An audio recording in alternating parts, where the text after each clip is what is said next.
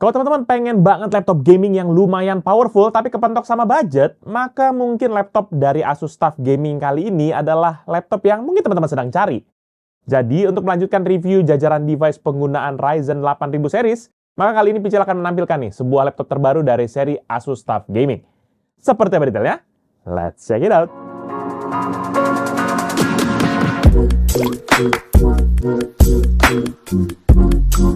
Halo guys, balik lagi bersama Picil, dan kali ini seperti yang Picil bilang tadi, kita akan nge-review sebuah laptop gaming besutan dari Asus, yaitu Asus TUF Gaming A15 FA507UV. Spesifikasi laptop gaming ini adalah sebagai berikut. CPU AMD Ryzen 9 8945H mobile processor, RAM 16GB DDR5 dual channel 5,6 GHz, storage SSD M2 NVMe PCIe 4.0 dengan kapasitas 1TB, integrated GPU AMD Radeon 780M dengan 512MB sharing memory, dan discrete GPU NVIDIA GeForce RTX 4060 laptop dengan 8GB dedicated memory, yang ditandemkan juga dengan layar IPS panel 15,6 inci matte finish dengan resolusi 1920x1080 atau Full HD dengan refresh rate sebesar 144Hz.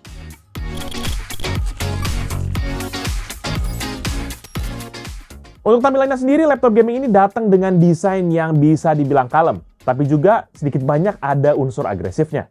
Karena dari segi warna, tim color yang digunakan di sini adalah campuran abu-abu gelap dan juga warna hitam. Sementara untuk garis-garis desainnya ini dibuat tegas dengan sudut-sudut bodi yang tajam.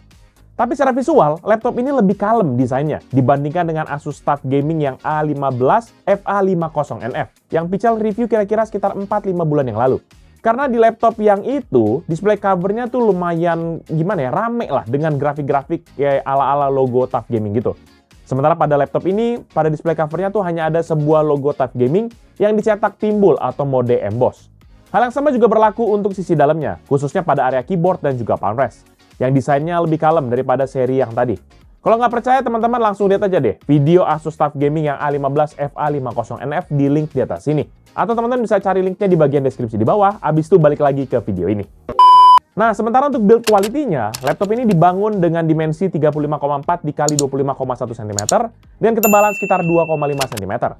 Jadinya ini laptop lumayan tebel ya teman-teman.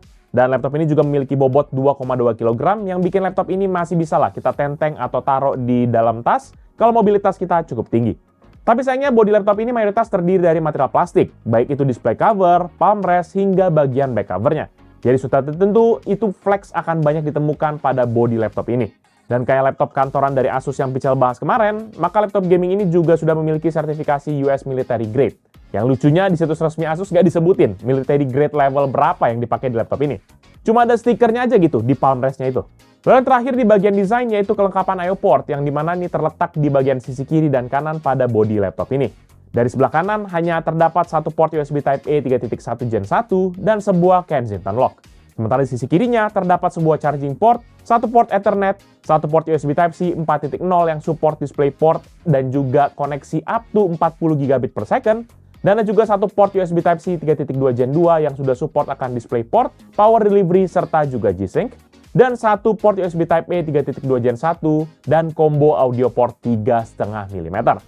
Nah, gini dong ya kan, portnya ini tuh tergolong lengkap, kekinian, dan juga memang nggak perlu ada yang double job. Mantep lah untuk Asus di sini. Ya walaupun USB 4-nya cuma satu, tapi itu tadi, at least dia nggak double job jadi charging port, ya kan. Agak sedih kalau dikasih port USB 4.0, tapi harus nge-charge-nya pakai port itu, ya kan.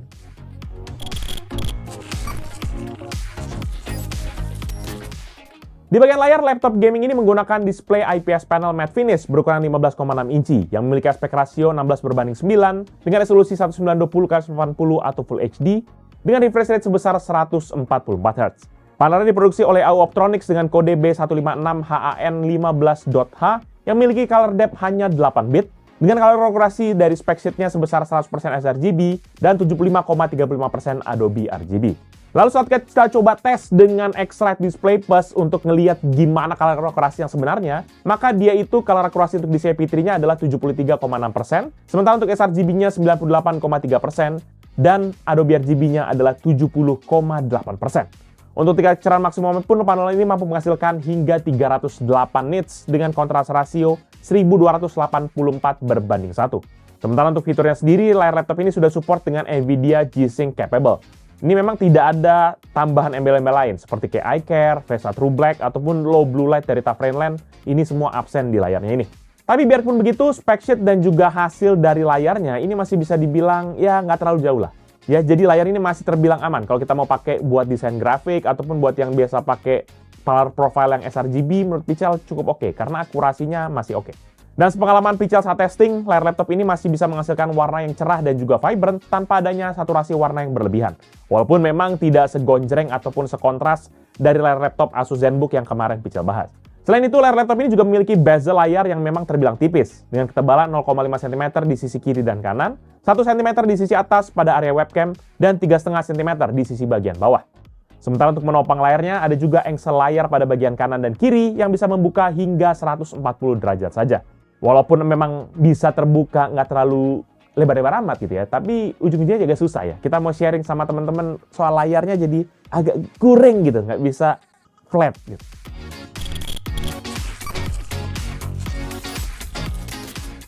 Untuk input device, maka laptop ini hanya dilengkapi dengan dua input device standar, yaitu keyboard dan juga touchpad. Yang pertama untuk keyboard, di mana Asus memberikan keyboard chiclet full QWERTY berbentuk persegi dengan keycap berukuran 1,5 cm. Permukaan keyboardnya ini licin dan menggunakan warna dasar yang sama dengan theme color dari laptopnya. Dan ada juga abu-abu translucent pada tombol seperti WASD. Ini buat gimana ya, biar kelihatan DNA gamingnya gitu. Selain itu juga ada tombol-tombol number pad di area sebelah kanan yang bisa teman-teman gunakan untuk beragam keperluan. Dan juga ada 4 dedicated button di sisi bagian atas dari keyboard yang berfungsi untuk up, down, untuk volume suara, microphone mute, dan juga untuk launching dari aplikasi Armoury Crate. Terus ada juga untuk backlight-nya, maka keyboardnya ini memiliki tipe One Zone RGB backlight. Tingkat kecerahannya nanti bisa teman-teman atur dengan tombol F2 dan juga F3 sebanyak 3 tingkat kecerahan. Sementara untuk variasi backlight-nya bisa kita atur nih menggunakan tombol Aura di tombol F4. Dan nanti kalau teman-teman mau custom backlight-nya bisa juga melalui aplikasi Armoury Crate di menu bagian Aura. Lanjut lagi untuk typing feel-nya, maka keyboardnya ini bisa bilang kerasa empuk lah, walaupun memang agak clicky-nya masih berasa. Dan dia memang menghasilkan suara-suara ketukan yang tergolong agak senyap. Ini enak sih, kalau kita pakai buat ngetik tempo cepat ataupun dipakai buat main game sebagai penggantian gamepad itu tuh bener-bener berasa enak. Ya beda sama game-game yang mungkin butuh tempo lambat, mungkin kita agak bete gitu kali pakai keyboard ini ya. Tapi buat yang tempo cepat, waduh, gitu. Ya buat yang penasaran ini deh, contoh typing test dari keyboard laptopnya. Check this out.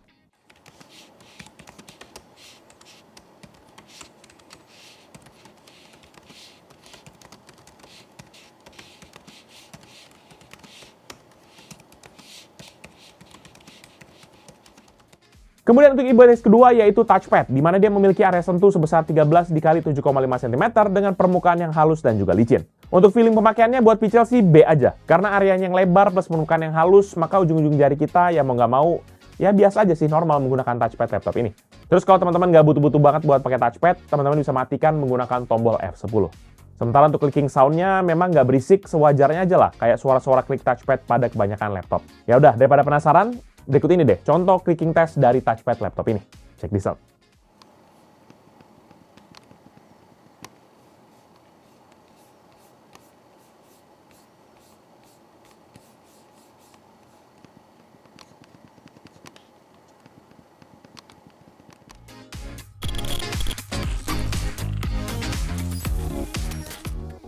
Masuk di bagian performa, maka laptop ini menggunakan AMD Ryzen 9 8945H Mobile Processor yang memiliki 8 cores 16 thread, serta berada di fabrikasi 4 nanometer yang memiliki base clock 4 GHz dengan boost max hingga ke 5,3 GHz. Sementara untuk TDP-nya berada di 45 Watt.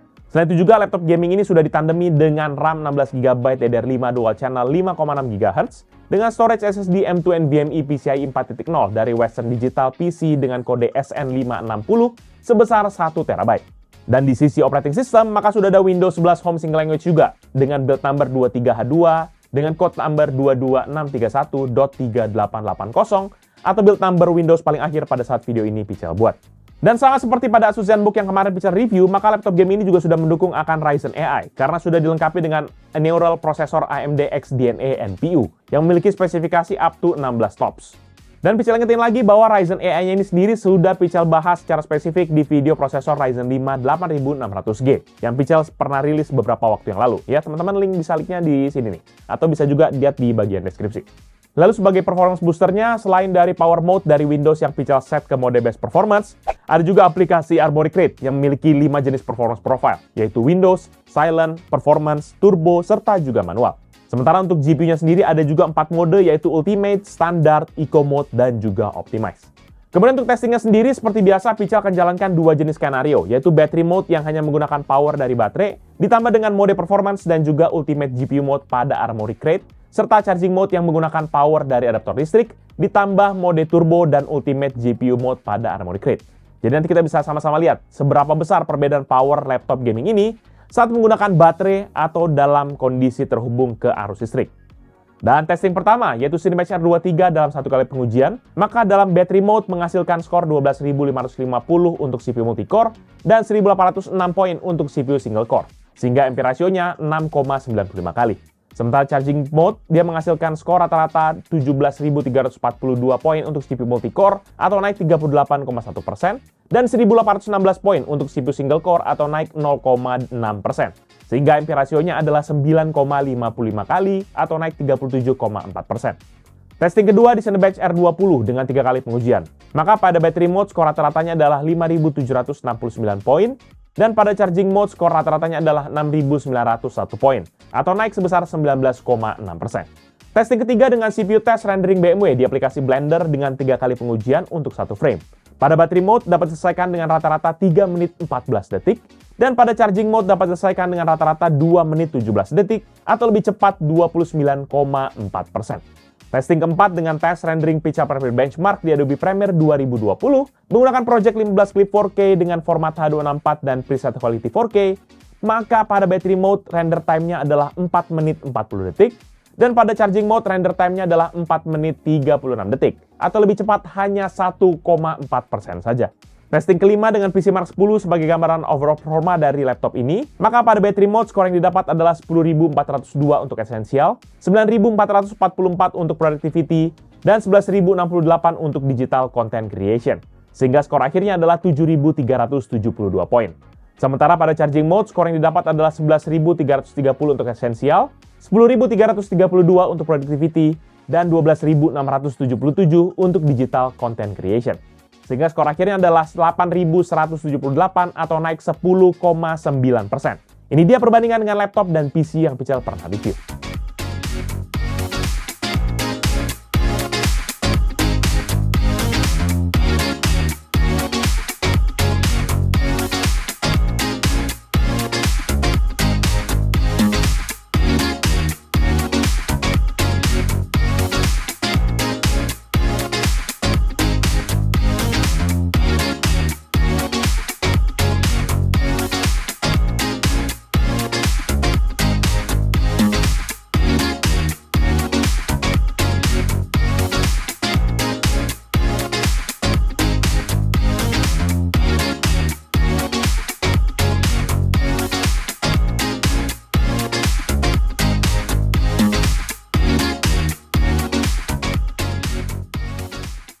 Testing ke-6 dengan Crystal Disk Mark untuk mengetahui kecepatan storage-nya. Dan pada pengujian sequential 1 MB dengan 8 tas 1 thread, di Battery Mode sendiri maka kecepatan membacanya adalah 5,02 GB per second dan menulis datanya adalah 3,47 GB per second.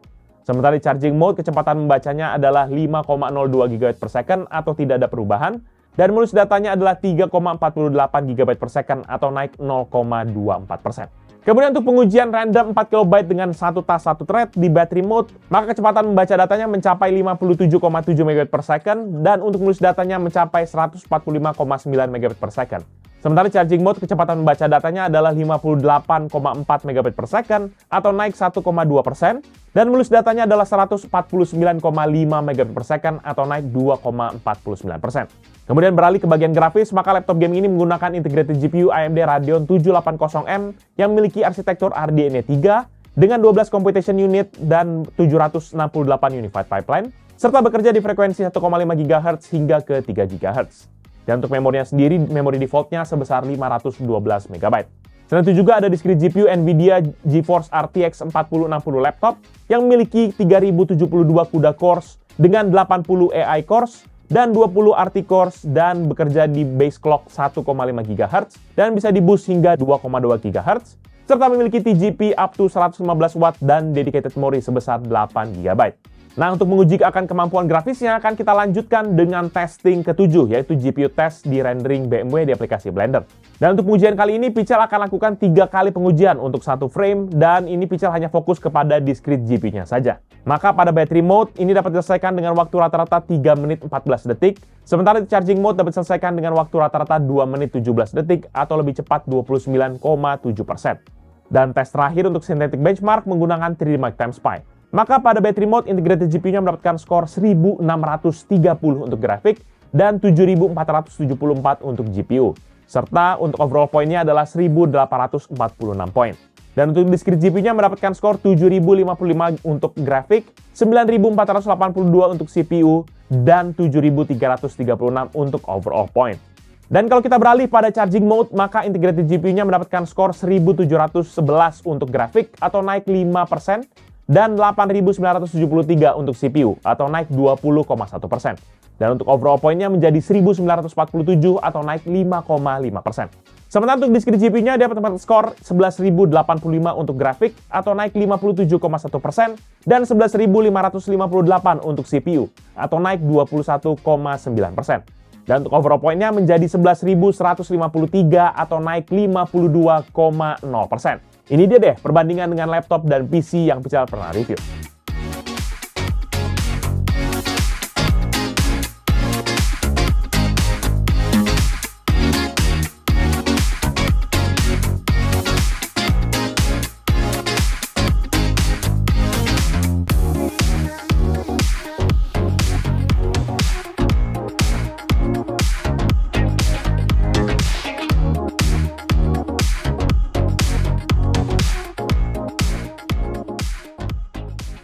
Next, kita lanjut ke gaming test, di mana untuk skenario-nya Pichel tetap menggunakan battery dan juga charging mode, sama seperti yang Pichel pakai pada benchmark barusan.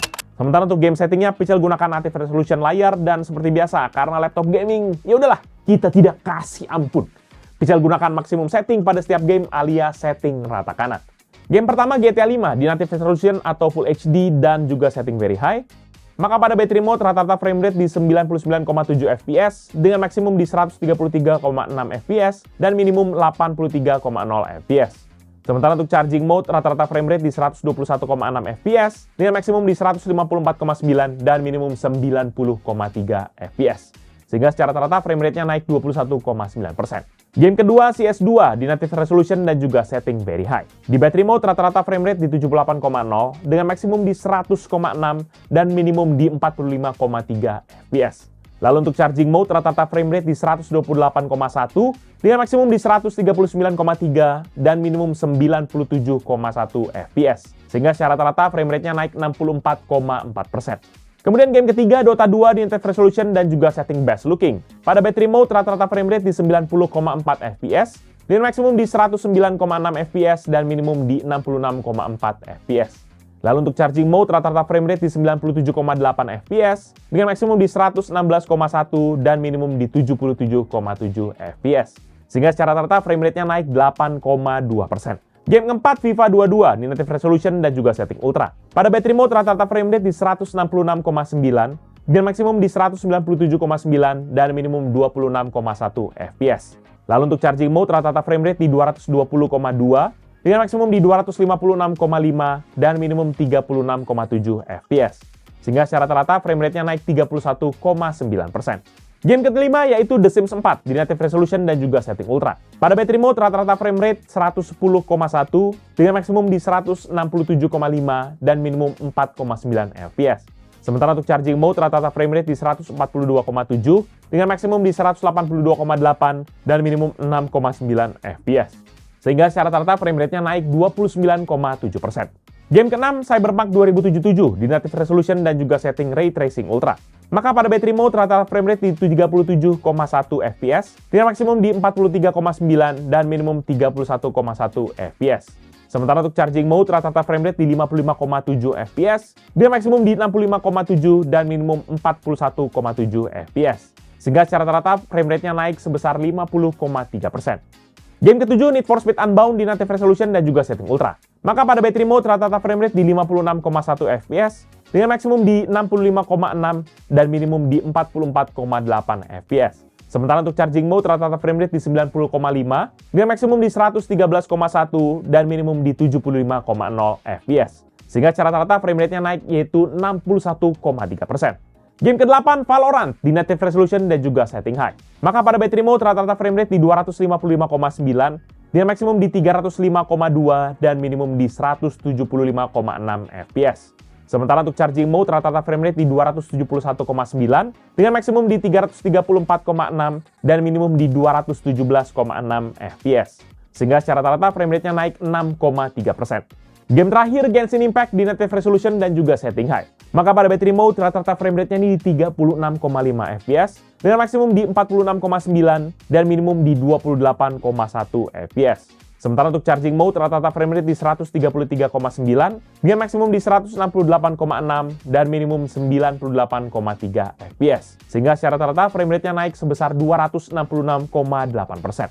Setelah hasil barusan, maka teman-teman Pichel bisa bilang kayaknya ini laptop memang lebih pantas disebut sebagai desktop PC portable ya. Karena seperti yang sudah teman-teman lihat sendiri, performanya saat menggunakan baterai dan juga adaptor listrik tuh kayak kelihatan jomplang banget gitu.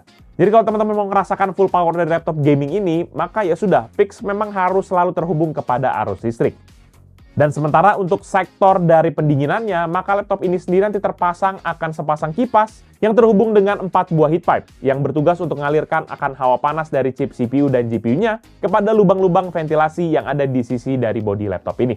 Dan untuk bisa melihat akan efektivitas dari cooling sistemnya, maka Pichel akan lanjutkan kepada idle dan juga stress test menggunakan aplikasi AIDA 64. Skema yang Pichel gunakan juga masih sama, yaitu menggunakan kombinasi battery dan juga charging mode. Dan buat jaga-jaga, Pichel juga set laptopnya kepada airplane mode, plus antivirusnya Pichel matiin, serta meminimalisir akan background activity selama pengetesan. Dan dalam kondisi idle, CPU usage-nya berada di rata-rata 1,4% dengan suhu di 47,7 derajat. Dan untuk konsumsi dayanya sendiri ada di 10,6 watt yang sempat melonjak hingga ke 25,6 watt dan frekuensi prosesor stabil di 2,8 GHz walaupun sesekali masih sempat meningkat hingga ke 4,8 GHz. Setelah 10 menit dalam kondisi idle, Pichel beralih ke charging mode dan di sini CPU usage-nya sempat naik ke hingga ke 10,1% yang diikuti dengan lonjakan suhu ke 67 derajat dan konsumsi daya ke 24,7 watt dan frekuensi di 4,7 GHz. Namun kejadian itu hanya berlangsung selama 1 detik, di mana setelah itu grafiknya kembali turun dengan CPU usage di 1,6% dengan suhu di 44,5 derajat, konsumsi daya 5,9 watt, dan frekuensi di 3,9 GHz. Grafik aktivitas prosesornya cenderung berfluktuasi secara impulsif, menciptakan akan pola naik turun yang memang teratur. Namun menjelang menit ke-16 terjadi background activity yang membuat CPU usage-nya melonjak hingga ke 26,7% dengan suhu yang naik hingga ke 71,9 derajat, dan konsumsi ke 43,2 watt dan frekuensi mencapai 5,1 GHz. Setelah sekitar 1,5 menitan kemudian, maka grafiknya mulai melandai namun tiba-tiba terjadi throttling pada menit ke-19 dari idle test, di mana menyebabkan CPU usage-nya turun drastis hingga ke 0,7% dengan suhu di 48,9 derajat dan daya di 5,9 watt dan frekuensi ke 3,6 GHz. Dan setelah 20 menit monitoring idle test, Pichel mengakhiri pengujian dan juga kembali mengatur laptop ke battery mode untuk persiapan memasuki akan stress test.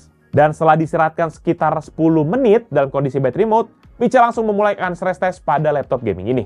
Dan saat stress test dimulai, maka suhu prosesornya tuh langsung melonjak hingga ke 55,2 derajat. Dengan konsumsi daya meningkat hingga ke 29,6 watt dan frekuensi mencapai 3,7 GHz. Lonjakan ini nanti hanya bertahan sekitar 12 detik, di mana setelah itu suhunya mulai menurun ke 49,6 derajat, dengan konsumsi daya turun ke 23,1 watt, dan frekuensinya sedikit berkurang ke 3,5 GHz. Grafik performance terlihat stabil selama kurang lebih 6 menitan sebelum terjadinya penurunan bertahap, yang akhirnya menyebabkan throttling pada menit ke-9. Pada titik ini, dayanya turun hingga ke 17,5 watt, dengan frekuensi prosesor di 2,9 GHz.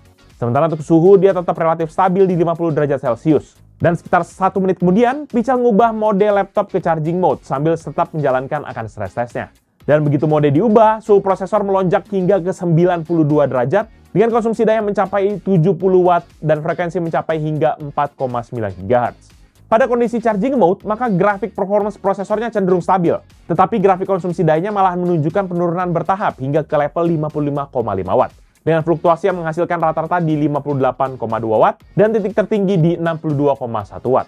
Setelah sekitar 20 menitan menjalankan stress test, pengujian akhirnya Pichel akhiri dengan hasil akhir 93,2 derajat untuk suhu, 58,5 watt untuk power, dan frekuensi prosesor berada di 4,6 GHz dengan total durasi pengujian selama 52 menit 41 detik. Sementara untuk suhu permukaan laptop pada kondisi battery test mode dan office, maka titik panas berada di sekitar area keyboard di bagian atas. Dengan suhu rata-rata 32,7 derajat, dengan suhu tertinggi mencapai 35,4 derajat Celcius.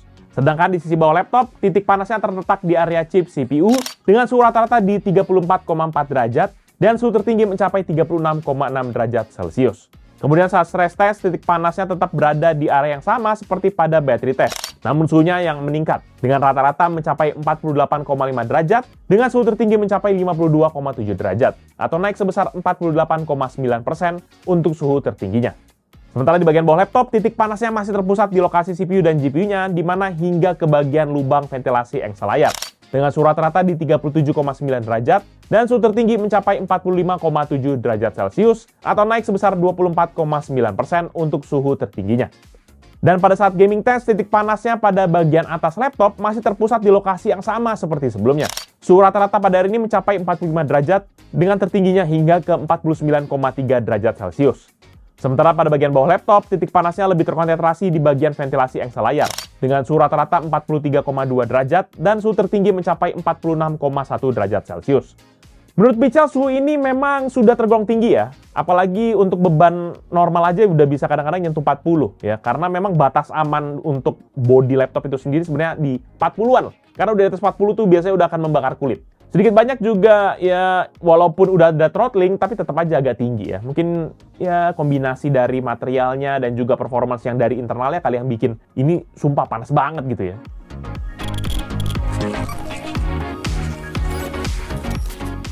Sementara di bagian audio, laptop ini sendiri nanti memiliki sepasang stereo speaker di sisi bawah dari laptop yang menggunakan teknologi dari Dolby Atmos. Produksi suaranya masih terbilang oke, walaupun memang nggak menggelegar banget. Dan bassnya juga masih kedengeran, walaupun kesannya secukupnya aja.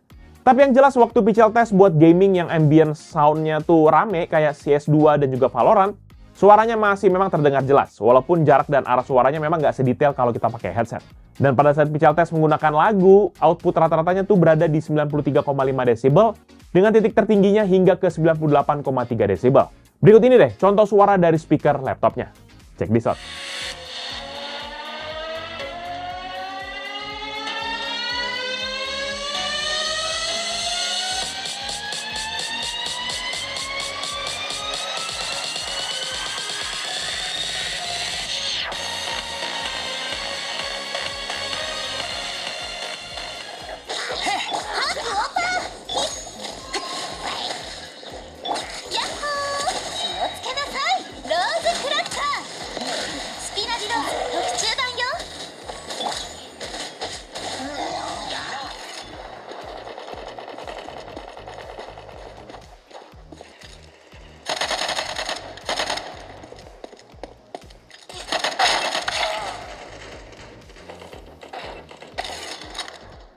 Sementara untuk webcam, maka laptop ini sendiri memiliki kamera yang nggak banget lah, ya, yaitu 0,9 megapiksel, yang hanya bisa merekam gambar dengan resolusi 1280x720 pixel atau video 720p 30 fps. Sementara untuk hasil tangkapannya sudah pasti, ya, minimalis. Bang. Lagian ada-ada aja ya, 2024 masih aja laptop yang dipakai webcam low spec begini kan. Mana nggak ada juga sama sekali kayak security cover lah gitu ya. Palingnya cuma ada tombol buat mute mikrofon doang gitu kan. Itu pun juga di keyboard gitu ya. Aduh. Ya udahlah ya, mendingan teman-teman lihat sendiri aja deh ya hasil kamera tes dari laptop ini. Check this out. Ini dia hasil tangkapan kamera laptop Asus TUF Gaming A15 dengan kodenya FA507 ya teman-teman. Ini setup kameranya 720p 30 fps dengan tangkapan gambarnya 1280x720 pixel. Seperti biasa, kameranya kok low. Ya, tahu sendiri ya kelihatannya ini lagi tengah hari, terus depan jok juga ada softbox sampai 2 biji ini kanan kiri dan noise-nya masih ada biarpun dalam keadaan terang seperti ini ya. Lihat kan tuh 720p apa sih yang mau diharapin? Yang penting ada. Yang penting ada. Dan sayangnya nggak ada privacy cover-nya ya teman-teman ya. Nggak ada tombol switch-nya, nggak ada ya kayak isator gitu, dan juga nggak ada tombol mute untuk mikrofon, nggak ada. Ada deh, 321. Ya, ada sih mute mikrofonnya ya ternyata. Itu aja teman-teman. Terima kasih. Thank you. Selanjutnya di bagian konektivitas, maka laptop ini juga sudah dilengkapi dengan modul Wi-Fi dari Realtek Semiconductor dengan kode RTL8852BE. Modul Wi-Fi-nya sendiri sudah support akan Wi-Fi 6 802.11ax dengan dual frekuensi di 2,4 dan 5 GHz. Serta nggak lupa juga ditandemin dengan Bluetooth versi 5.2. Selain itu juga ada port Ethernet atau LAN ya, RJ45 yang juga sudah menggunakan modul dari Realtek Semiconductor dengan kode RTL8168/8111 yang memiliki maksimum transfer speed sebesar 1 gigabit per second saja. Ya, untuk koneksi tergolong oke lah ya, jadi bisa nggak terlalu banyak komplain. Udah ada Ethernet aja udah syukur sekali.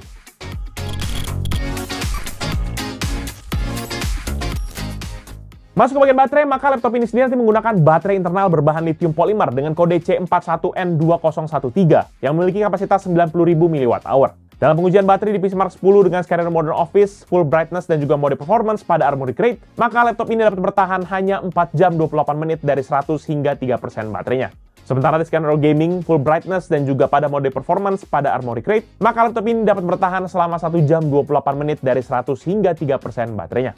Ya memang seperti yang sudah-sudah ya, laptop gaming kayak gini tuh amat sangat terlalu ketergantungan sama colokan listrik. Udah dia performance-nya nggak keluar, kalau nggak dicolokin listrik, sama daya tahannya juga, aduh ya ampun dah. Kalau nggak dicolokin, aduh. Dan nanti untuk buat ngisi daya baterainya, maka laptop ini dibekali dengan charger dengan output maksimum 20 volt 12 ampere, atau setara dengan daya 240 watt. Dan untuk pengisian dayanya dari 1% hingga ke 100% membutuhkan waktu selama 1 jam 44 menit dalam kondisi laptop hidup dan sedang tidak digunakan. Kemudian untuk chargingnya menggunakan port Type-C, Pichel gunakan charger yang memiliki output maksimum 20 volt 3,25 ampere atau setara hanya dengan daya 65 watt. Dan untuk pengisian dayanya dari 1% hingga ke 100% membutuhkan waktu 2 jam 29 menit dalam kondisi laptop hidup dan sedang tidak digunakan. Memang ini untuk charging time-nya ya oke lah. Ngecas 2 jam kurang, maka bisa pakai buat 4 jam. Itu pun juga bukan karena nge-game ya. Aduh, ya ampun. Hih.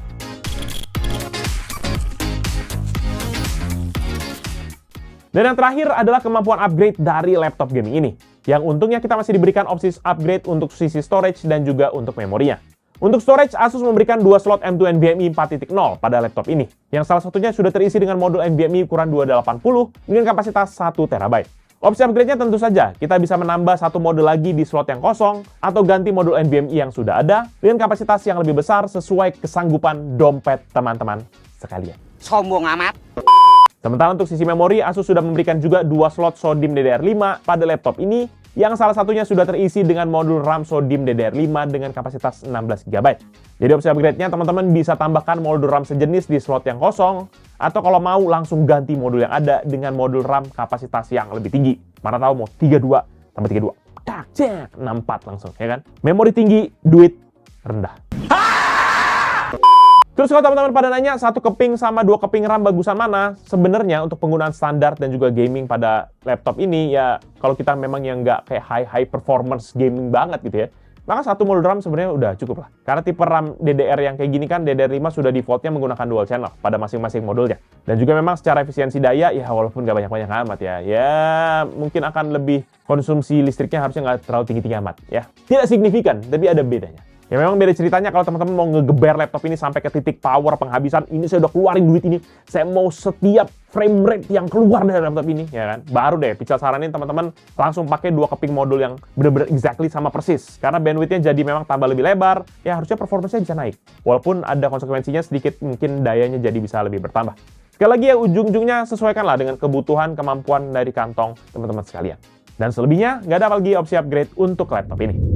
Overall, menurut pribadi Pichel, Asus TUF Gaming A15 FA507 UV merupakan laptop gaming yang sangat layak banget buat teman-teman pertimbangkan. Terutama buat kita yang sedang mencari laptop gaming yang budget friendly.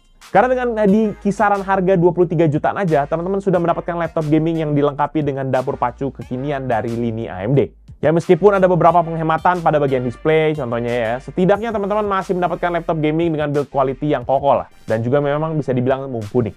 Selain itu juga jika dibandingkan dengan model lain yang memiliki spesifikasi serupa, maka perbedaan harganya juga lumayan jomplang. Lebih lanjut soal performa, maka teman-teman bisa melihat sendirilah dari pengujian yang Pichel lakukan di video ini. Oleh karena itu, jika harus Pichel simpulkan secara singkat, maka laptop gaming ini sebenarnya sudah sangat oke dari segi price to performance ratio. Dan kalau nanti ada teman-teman yang mungkin berminat dengan produk ini atau mencek produknya, jangan lupa untuk cek di deskripsi yang Pichel akan tulis di bawah ini. Serta nggak lupa juga untuk like, serta share video ini, plus kunjungi sosial media dari Pical Techno dan Pical Media Group, seperti Facebook, Twitter, Instagram, TikTok, serta website kita yaitu picalmediagroup.com. Jangan lupa juga kunjungi YouTube channel kita yang lain di bawah Pical Media Group, yaitu Pical Main Game yang bahas akan game konsol, PMG Films yang bahas vlog aktivitas Pical dan keluarga, serta Pical Toys Time yang bahas soal mainan. Jangan lupa teman-teman pada subscribe ya. Jadi itu dia video kali ini. Thank you guys for watching. See you in the next video. Bye-bye. Kenapa dipindahin sih laptopnya? Tapi oke sih ya, 20 jutaan. Ya, oke lah gitu ya, kan speknya cukup kekinian lah.